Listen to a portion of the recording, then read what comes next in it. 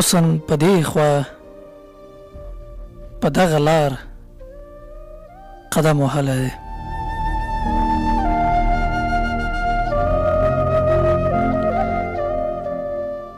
حسن په دې خوا په دغه لار قدم وهلی دی. دا وطن د دومره ورانۍ باوجود هم ښکلی دی.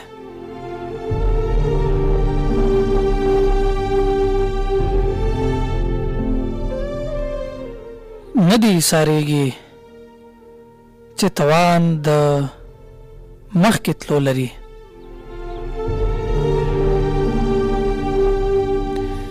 نه دې ایسارېږي چې توان د مخکې تلو لري. سیند ګوره چې ټول عمر همداسې مخکې تللی دی.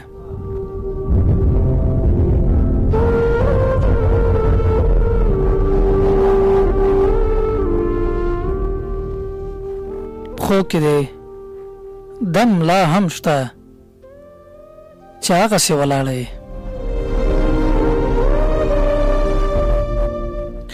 پښو کې دی دم لا هم شته چې هغسې ولاړه یې. زړه دې ستړی نه دی دنیا څه ډېر درزېدلی دی.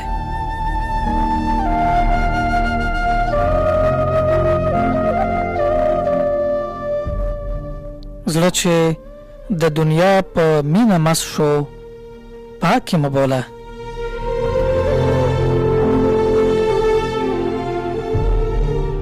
زړه چې د دنیا په مینه مست شو پاک یې مه بوله. هغه مخ پاک نه دی چې غبار پرې پرېوتلی دی.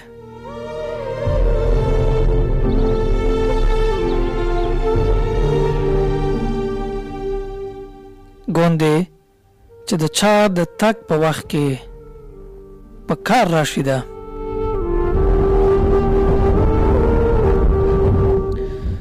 ګوندې چې د چا د تګ په وخت کې په کار راشي ده.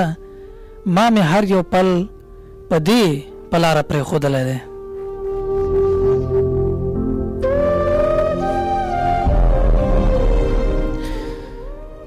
ژوند حس د وصال د لمحو خوند په ما ونه لیدو.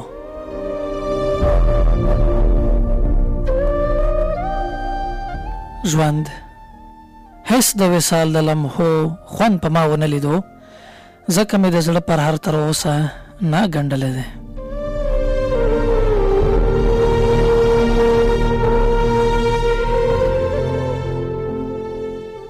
بیرته په خپل ځان پورې سره د خدای راغلی دی.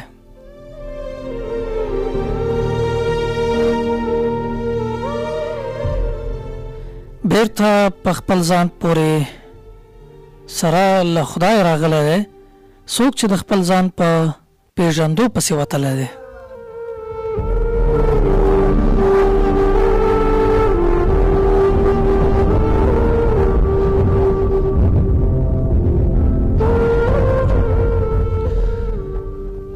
ادیب یعنی شاعر او لیکوال د ټولنې عادي وګړی نه دی.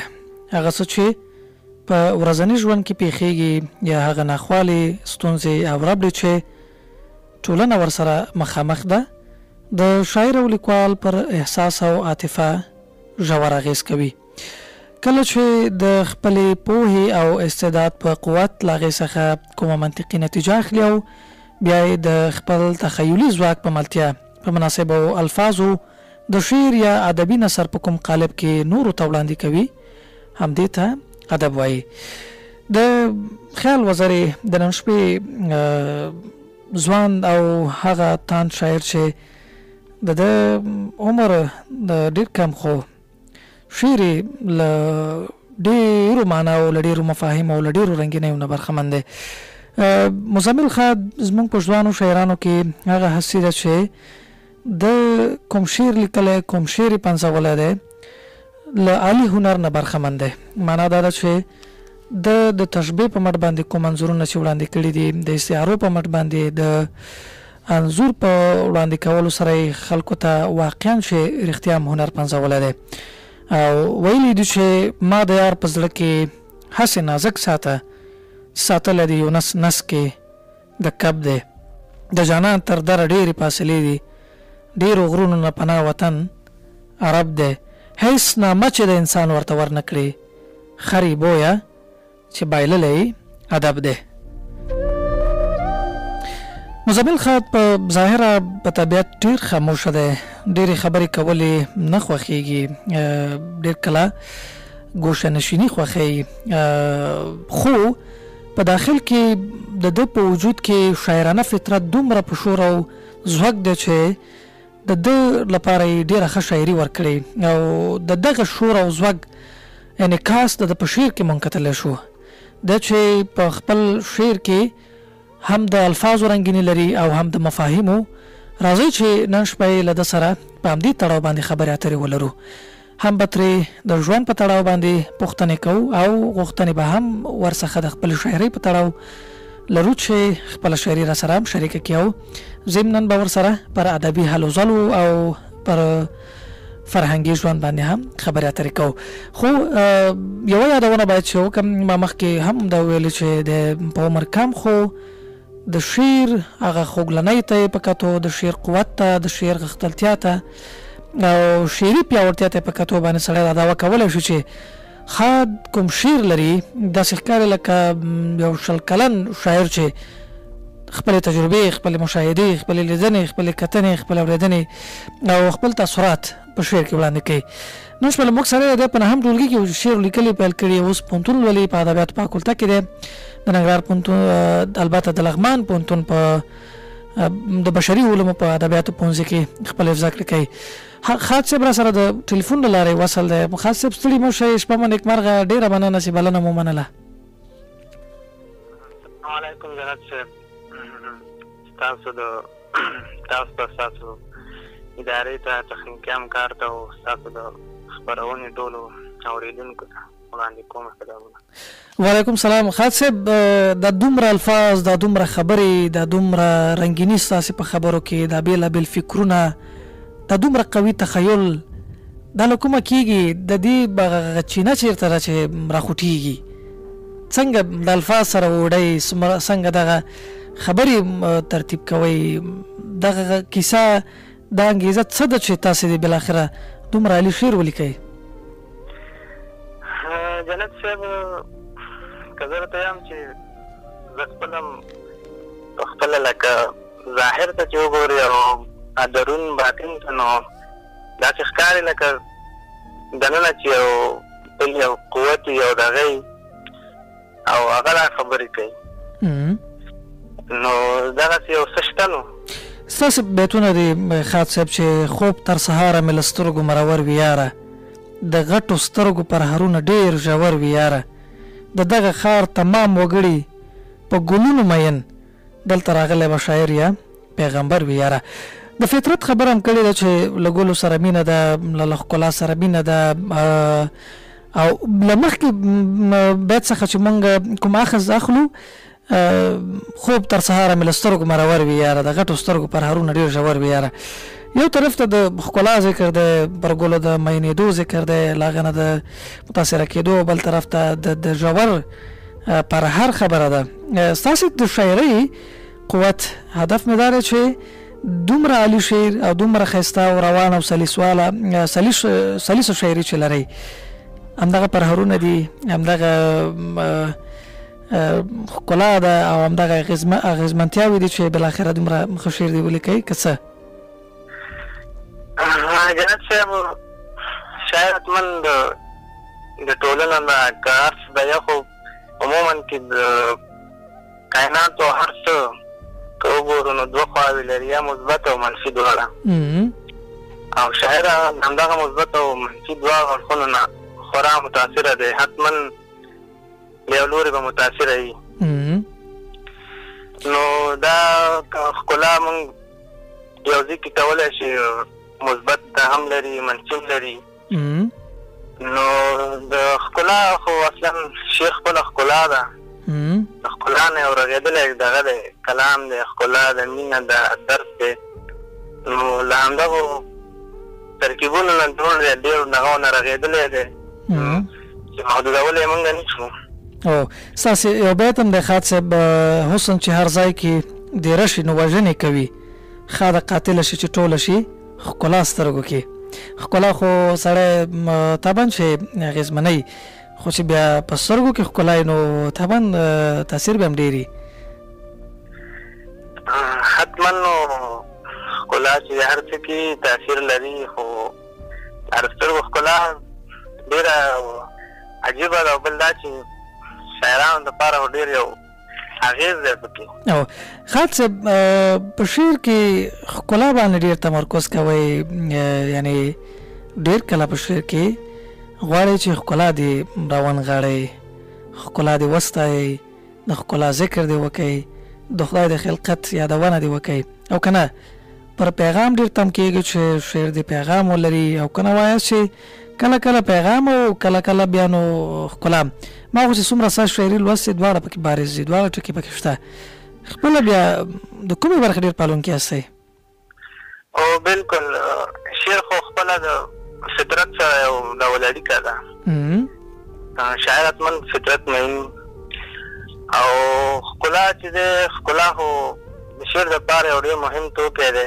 بلکې د ټولې زندګۍ او د ژوند د هر اړخ دپاره نو ښکلا مهمه ده هر څه کې شاعر کې یو دغه دا دی چې په هر څه کې ښکلا ګوري خالد صاحب ستاسې نظر به په دې تړاو واورو خپلې خبرې را سره شریکې کړه چې د شاعرانو دا فطرت څنګه تغییر لري لامو وګړو سره یو څه چې ښکلي دي د شاعر لپاره هم ښکلي دي او یو عام وګړي ته به هم زه دا په مطلق ډول نشم ویلی چې د هر چا لپاره به یو څه ښکلي خو نسبي ده ښکلا که نه یو څه به ما ته ښکلي خو ولې تا ته به ښکلي نه وي یو څه به زما خوښېږي زما په طبیعت به جوړي زما له ذوق سره زما له مزاج سره خو ممکن ته ورته په دې درجه باندې قایل نه اوسې هدف مې دا دی چې مونږ چې یو څه نه تاثر اخلو په یو څه اغېزمنېږو دلته له انسان سره په داخل کې هم داسې یوه مطرح شته دی چې بالاخره هغه ته دا شی ښکلی ښکاره شي که نه یعنې یو څه موجود دي د شاعر لپاره صحیح ده دا ښکلا په هغه شي کې ښکاري که نه د ده په خپل هغه لید کې د ده په خپل فکر کې د ده په خپل تخیل کې زما فکر ماني چې شاعر چې دی د نورو وګړو په پرتله یو څه ډېر حساس دی او دا حساسیت دی چې دا د یو هر څه له مختلفې زاویې نه هم ګوري او په هر څه کې او ښکلا چې ده د نورو نه لکه منفرده او متغیره ګوري ډېره مننه نورې خبرې به هم کوو خالد صاحب راځه چې دا خواږه شاعري دې واورو مننه زه به دا مخکې تا مطلب ویلو زه به هماغه شعر ویم خوند به وکړي خوب مې له سترګو تر سهاره مرور وي یاره خوب مې له سترګو تر سهاره مرور وي یاره خوب مې له سترګو تر سهاره مرور وي یاره د غټو سترګو فرهدونه ډېر ژور وي یاره څه بیت دی د دغه ښار تمام وګړي په ګلونو مین د دغه ښار تمام وګړي په ګلونو مین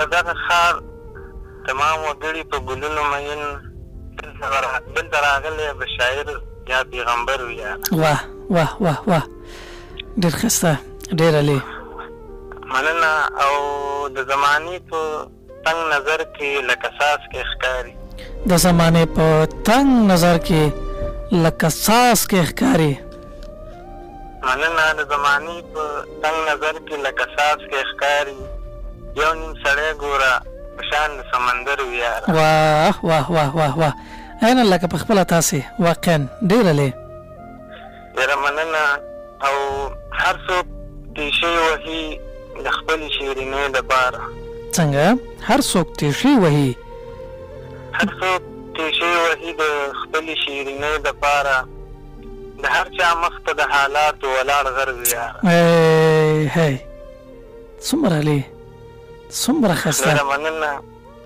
او د دې وطن د خاموشۍ او شور کیسه داسې ده د دې وطن د خاموشۍ او شور کیسه داسې ده د خاموشۍ او شور کیسه داسې ده یا به د مخکې مقبره وي یا سنګر وي یاره. واه واه واه واه واقعیت.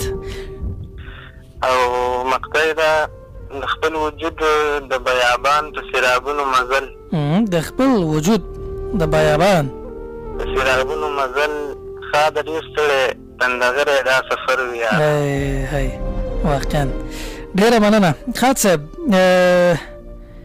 دغه ابتدا ته به ورشو کلم چې شعر پیل کوه. زما د معلوماتو له مخې تاسې په نهم ټولګي کې واست چې شعر لیکل مو پیل کړل. ژوند هم په کامه کې کوئ.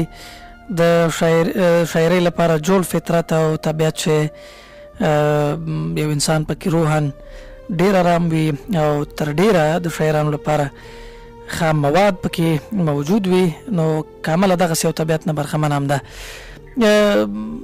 مخکې خبرې وکړې په دې تړاو باندې، خو زما زړه پرې اوبه ونه څښلې.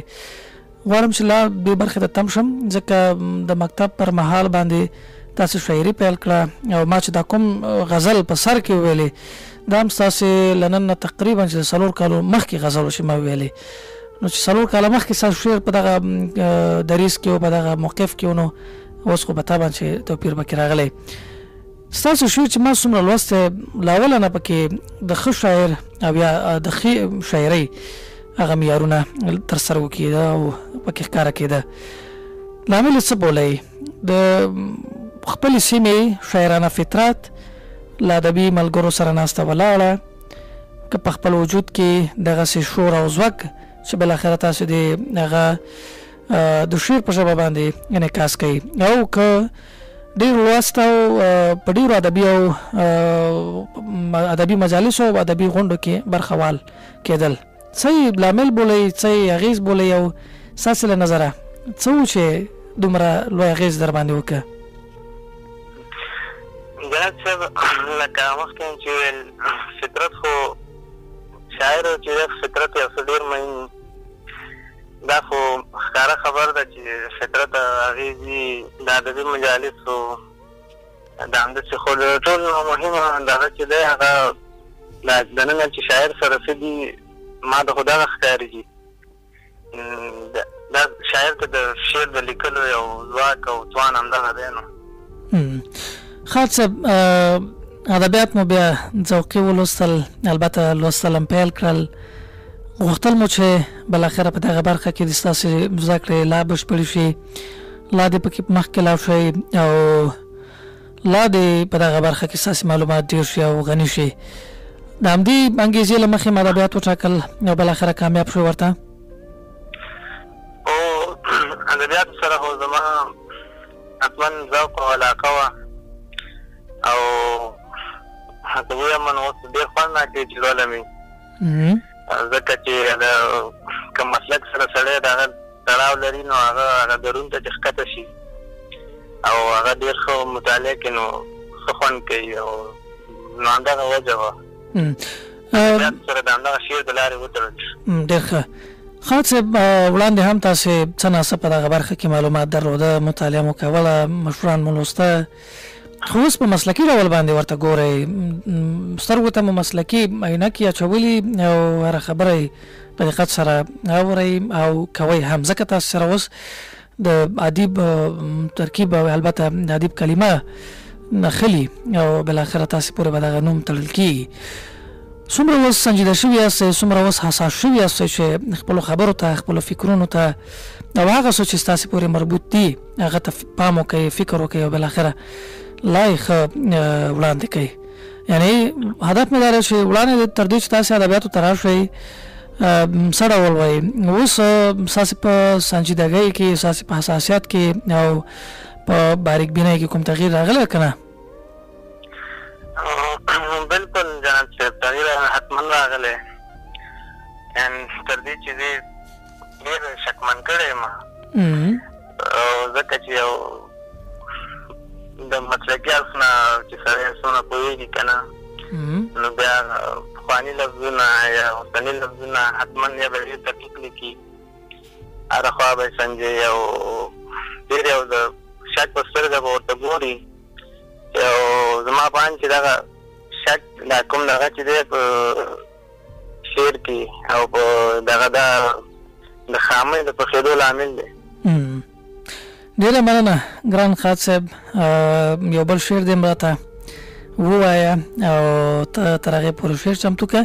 د دوست فیم قدرمنو اورېدونکو تاسو دم کړی د خیال وزرې ادبي خپرونې ته غوږ یاستئ چې نن شپه سره پکې مېلمه شاعر مزمل خاد صاحب دی. خاد صاحب مهرباني. جنت صاحب د غزل مطلب څه ځوانۍ په جذباتو کې شوې ورکې. څه ځوانۍ په جذباتو کې شوې ورکې. په جذباتو کې شوې ورکې، څه مستۍ خراباتو کې شوې ورکې. واه ډېر علي. او چې حالاتو کومو سترګو کې ورک شوي. څنګه چې حالاتو کومو سترګو کې ورک شوي، هغه سترګې په حالاتو کې شوې ورکې.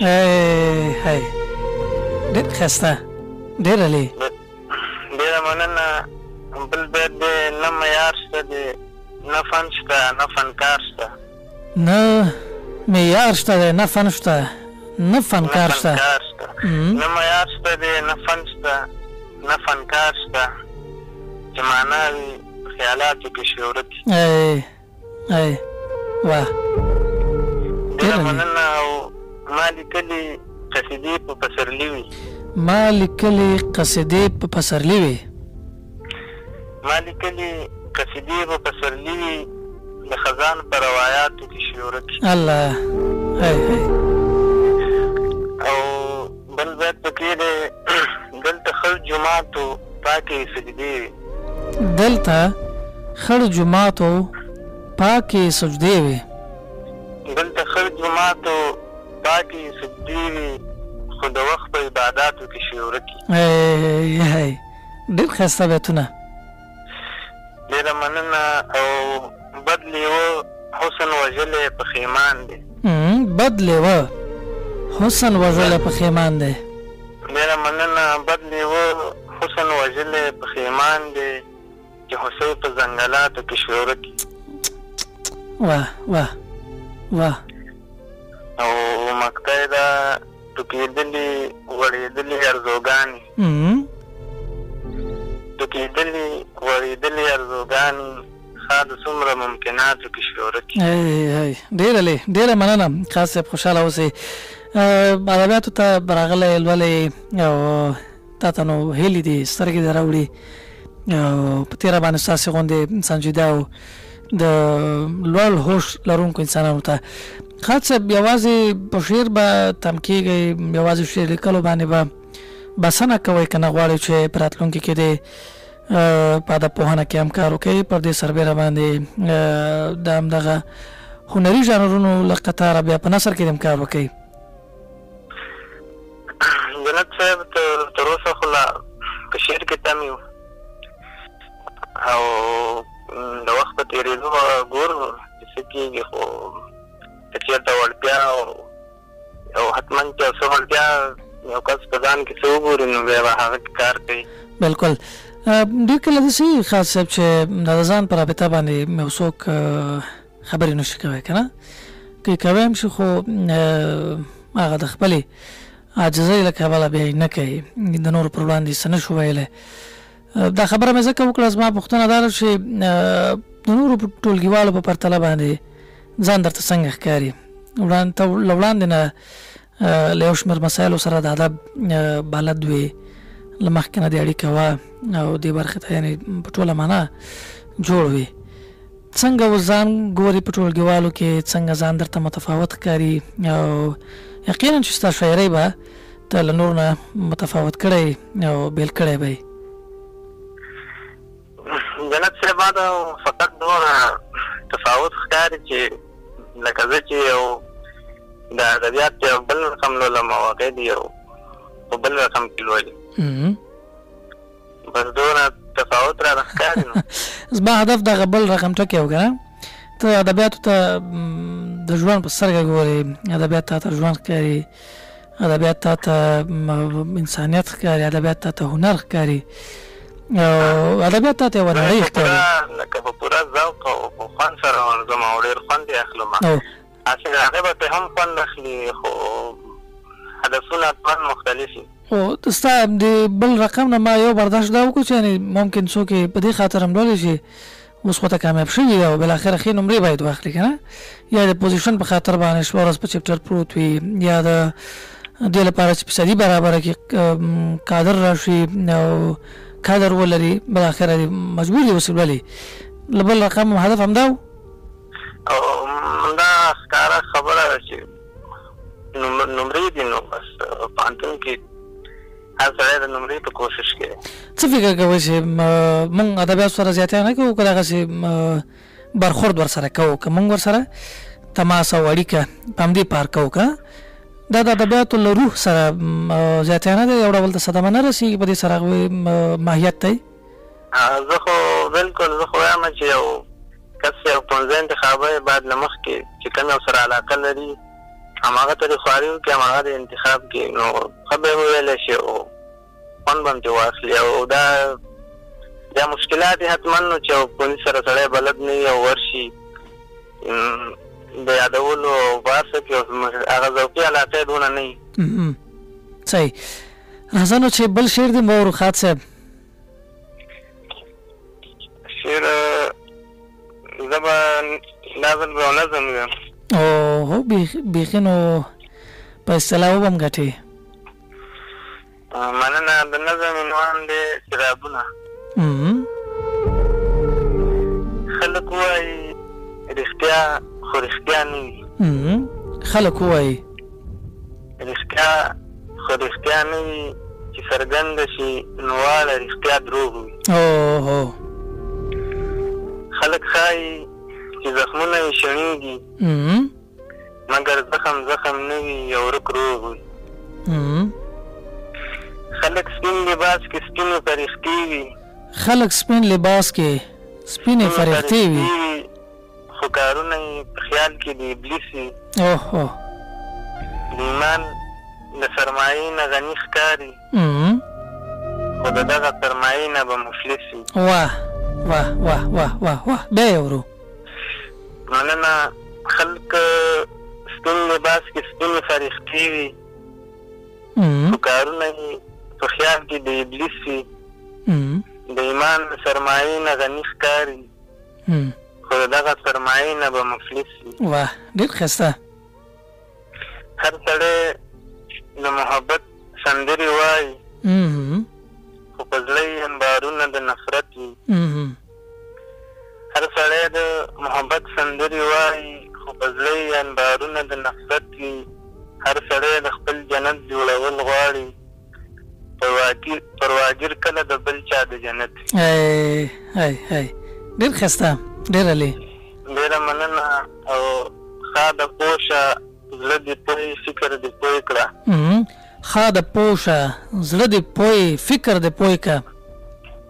مننه. ښه د پوشه زړه دې پوی فکر دې پوی کړه.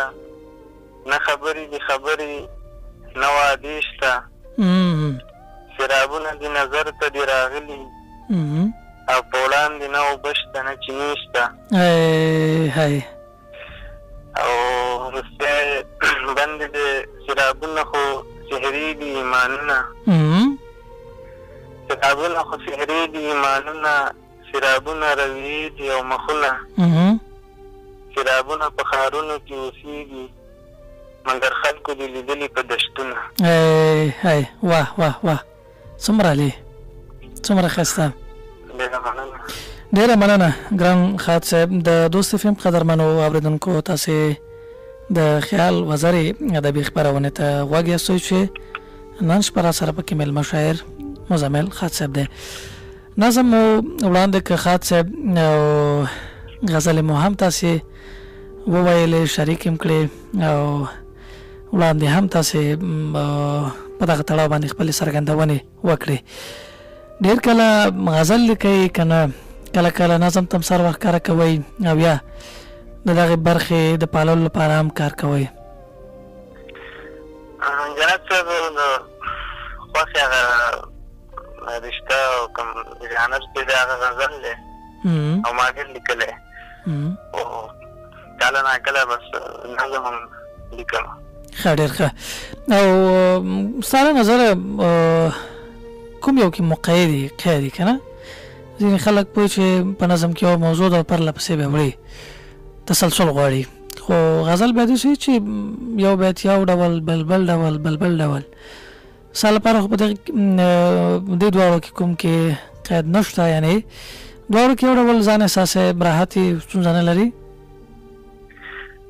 حتما نظم موضوع چې دا په رښتیا هم ډېر په تسلسل سره باید وړاندې شي او خو دا شاعران مختلف دي څوک په نظم باندې واک لري څوک په غزل باندې خو زه خپله په غزل کې او صراحت یم ښه ډېر ښه د ښې شاعرۍ د پنځولو لپاره خاط صاحب څومره د مطالعې ملاتړ یاستئ چې د شاعر لپاره رښتیا مطالعه که څه هم د هر چا لپاره مهمه ده د هر فرد لپاره مهمه ده او د هر مسلک د لوستونکي او مسلکي لپاره مهمه ده د شاعر لپاره مطالعه بیا د ټولنې مطالعه د ماحول مطالعه او مشاهده څومره اړینه ده او د ښې شاعرۍ په پنځولو کې څومره رول لوبوي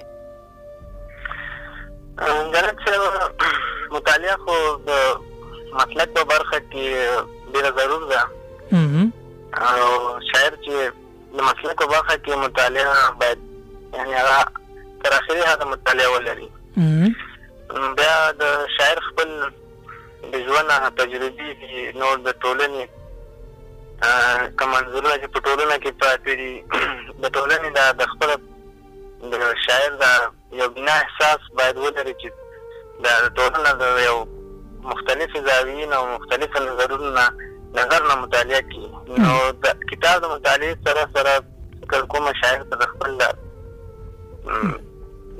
لیدلوري یا خپل نظر مطالعه هم په ټولنه کې ضرور ده او ډېره مننه خاط صاحب موږ ډېر کله دا خبره کوو چې شاعر او لیکوال د ټولنې سترګې دي د ټولنې خوله ده د دغو سترګو د دید د پیاوړتیا لپاره د دید د ښه کېدا لپاره څه کول پکار دي د دوی تشویق او هڅونې په موخه باندې ستاسو له نظره څه باید وشي تر څو کله چې د انسان په بدن کې سترګې روغې جوړي دی به سمه لاره ګوري دی به په سمه لاره باندې تګ کوي دی به دې ته اړ نه چې بل څوک دې ورته لاس ورکړي او بل څوک دې د سمې لارې ته راهي کړي له یوې کاندې او ناسمې لارې دې بل لوري ته کړي کله چې د انسان خوله جوړوي ژبه یې صحیح د خبرې ځای د خبرې وخت او د خبرې هغه ټول اړخونه پېژني سنجولی شي نو موږ چې د شاعر د ژبې او د سترګو خبره کوو چې د ټولنې لپاره دا د مثال لري لکه د انسان په بدن کې ژبه او سترګې څه وایه چې د دې دواړو د پیاوړتیا لپاره د ژبې د ښه کېدا لپاره او د سترګو د دید د زیاتېدا لپاره څه باید وشي اړونده مشران باید څه وکړي په خپله د ادب د برخې لاروي او په دغه برخه کې هغه څوک چې سترګې وراوړي جنت صاحب کار شاعر کار برخه کار سو کم مسلک کې کار کوي نو سخت کار خدا خو اول شرط دی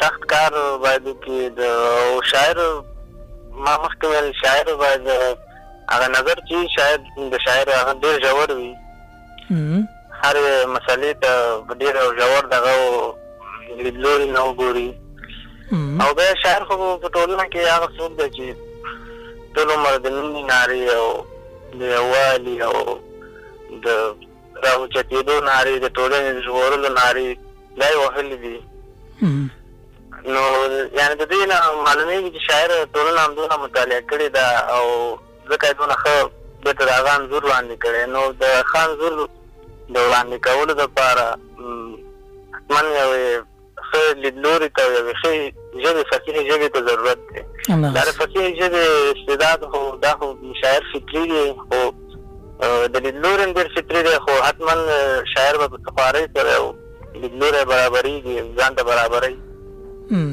همدغسې دا ځل به نو زه غوښتنه وکړم خاط صاحب خپله شاعرۍ کې چې هغه غزل ډېر کله په خپله باندې وایي یا ډېر له تا نه بل شوی ټول به ستا لپاره محترم وي زموږ لپاره هم په همدې ډول او په ورته توګه خو کوم چې ته ډېر وایي ډېر کله له تا نه ویل کېږي او په یو متفاوت کیفیت کې جری کله اما غره سره شریک کړي زدای په یادو یا ذهن کې زبرتا سبتونه وې راځي صحیح ده سب څومره چې دا زو دا به وي او بیا ورپسې بل غزل بم سر په سر وي صحیح ده شعر هغه مطلب دا یلی دی د ناس پتار خبرې څنګه یلی دی د ناس پتار خبرې خکلیا ستا حمد کار خبرې واه یلی دی د ناس پتار خبرې واه خکلیا ستا حمد کار خبرې ډېر ښایسته او د پسرلی قصیده خوان غلی شو د پسرلی قصیده خوان غلی شو د پسرلی قصیده خوان غلی شو ما کړې شروع ستا په رخسار خبرې اوه څومره ښایسته ډېره مننه او دا سالنډي دي اندېښنې زیږوي دا سالنډي دي اندېښنې زیږوي ډېره مننه دا سالنډي دي اندېښنې زیږوي کوي چې دومره په تلوار خبرې اوه څومره علي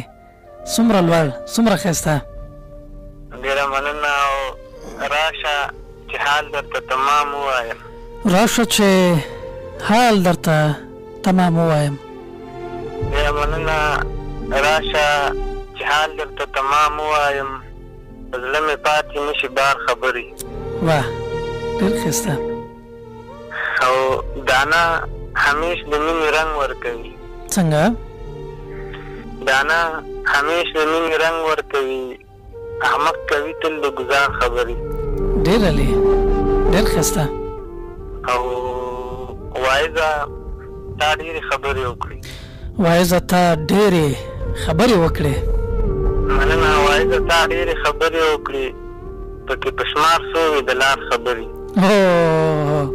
وایزه تا ډېرې خبرې وکړې پکې په شمار څو وي د کار خبرې واه ډېره مننه او نقطه یې وه ښه ده خبره یوه سمه ښه ده ښه ده خبره یوه سمه ښه ده نه دي په کار فضل هزار خبرې ډېر ښایسته ښه ده خبره یوه سمه ښه ده نه دي په کار فضول هزار خبرې واه ډېر ښایسته دا خو مې د ټول غزل ویلو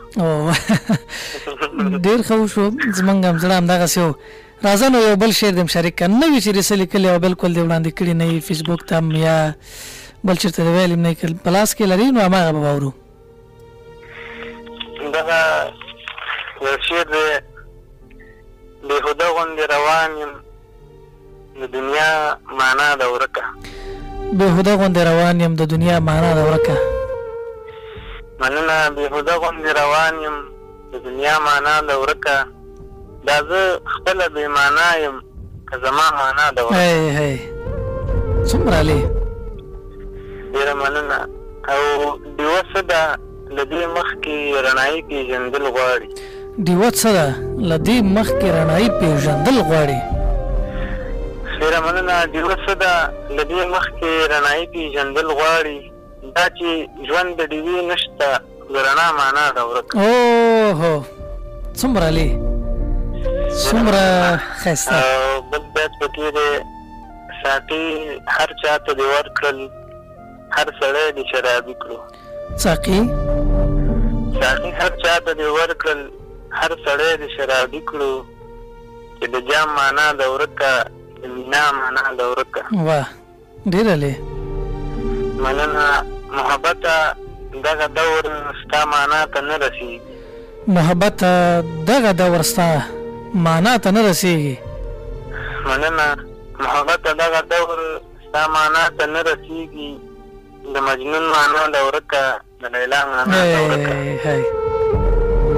محبت دغه دور ستا معنا ته نه رسېږي د مجنون معنا ده ورکه د لیلا معنا ده ورکه او سړی څوک نه سړی څوک دی بس همدا یې معرفت دی سړی څوک نه سړی څوک دی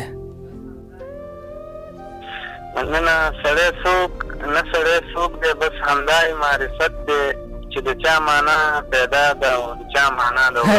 هی څه بیتونه دي خاط صاحب، څومره لږ څومره لوړ، بیا یې ووایه. سړی څوک نه سړی څوک دی، بس همدا یې معرفت دی چې د چا معنا پیدا ده او د چا معنا ده ورکه. مقطع یې ده د ژوندون د کتاب پاڼې اړومه پسې ښه ده. د ژوندون د کتاب پاڼې،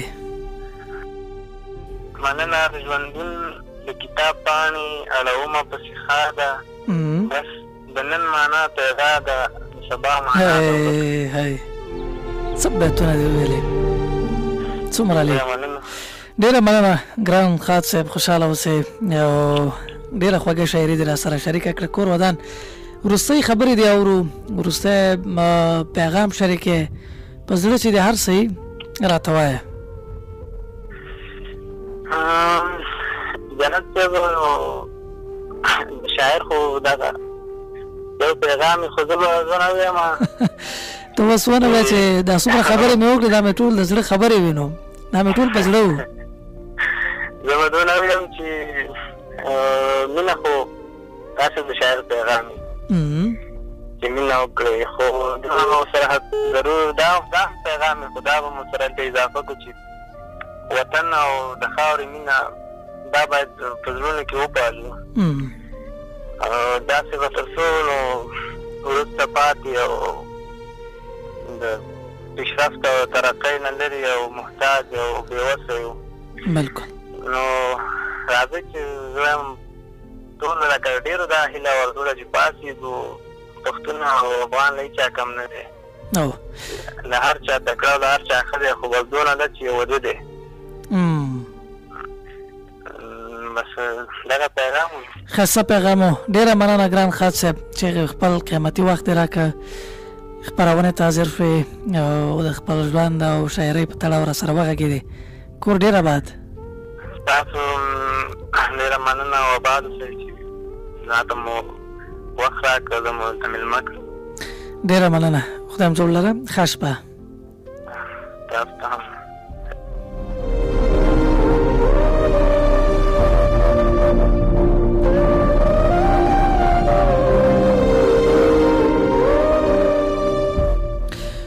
د دوست فیم ډیرو قدرمنو او نازولو اوریدونکو، زموږ د نن شپې د خیال وزري ادبي خپرونه چې مېلمه شاعر سره پکې مزمل خاط صاحب و، د سره د پر ژوند او فن دواړو وغږېدو، خوږه شاعري هم ترې واورېده.